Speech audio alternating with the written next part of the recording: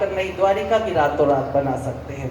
उसको कृष्ण को आवश्यकता नहीं थी, कृष्ण के लिए तो एक क्षण का खेल था जरासंध भी, लेकिन हमें तुम्हें आवश्यकता है। कृष्ण को यह बताना जरूरी था कि हर बार लड़ना जरूरी नहीं होता है, कई बार लड़ना छोड़ देना होगा, रणछोड़ बन जाना भी सुंदर होता है। कृष्ण ने हर प्रकार के कृत्य जो हमारे जीवन में गिल्ट पैदा कर सकते हैं, पश्चाताप पैदा कर सकते हैं या हमें पापी सिद्ध कर सकते हैं, कृष्ण ने उन सब से बचाया है। इसलिए कृष्ण की शरण में होना पाप से मुक्त होने की गारंटी है।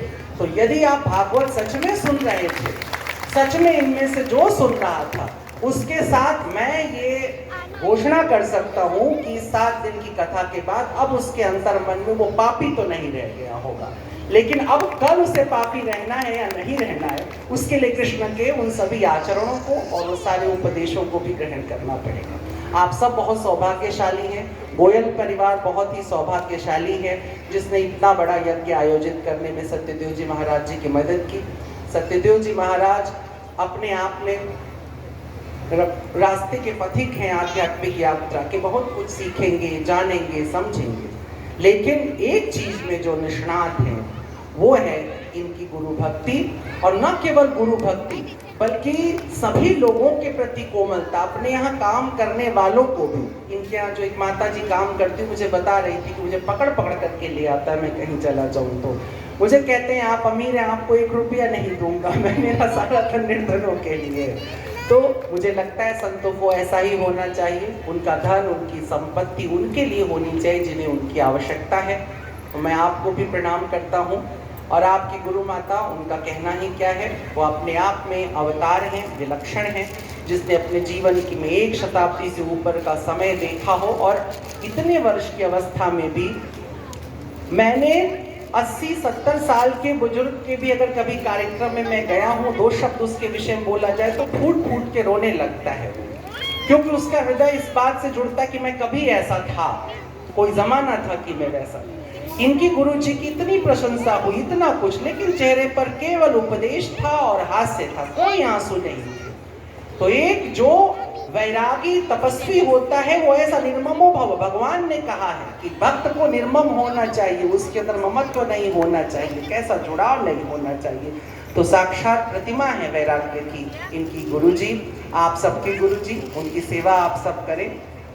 निरंजन स्वामी जी को मैं विशेष धन्यवाद दूंगा, क्योंकि आप नहीं होते तो मैं हरिद्वार में नहीं आता, सच में मैं अयोध्या नहीं जाता। आपकी प्रेरणा से ही मैं वृंदावन गया, अयोध्या गया। ऐसा नहीं कि इन जगहों के प्रति मेरी आस्था नहीं थी, हमेशा से थी, लेकिन बनारसी हूँ, काशी का हूँ, और कहते हैं काशी में सारे तीर्थ आकर के विश्राम करते हैं, और काशीवासी यदि कहीं तीर्थ करने जाए तो काशी उसको नकार देती, उसको अपने मरने नहीं देती है कि तुम तो बड़े बेवफा निकले, हमें छोड़कर कहीं और तुम क्यों गए। तो इसलिए बनारसी को किसी तीर्थ स्थान पर जाने की आवश्यकता नहीं होती है, लेकिन साधु जहाँ घुमा दे वहाँ जाना पड़ता है। अयोध्या का सबसे बड़ा प्रसाद मैंने 2 पाया, एक तो सरयू में स्नान किया, मैं सरयू पारी ब्राह्मण हूँ, मेरा परिवार गोरखपुर के पास से है। तो पहली बार जब सरयू में मैं गया तो मुझे ऐसा लगा कि मैं अपने पूर्वजों की गोद में हूँ, ये मुझे एक आनंद मिला आपकी कृपा से। और दूसरा कृपा ये मिली कि मैं आपको और आप जैसे कुछ संतों को सुन सका हूँ। मैं जब तक रहूँ आपको सुनता रहूँ, ऐसे मेरी इच्छा है, और आप सबके लिए बहुत सारी शुभकामनाएं हैं।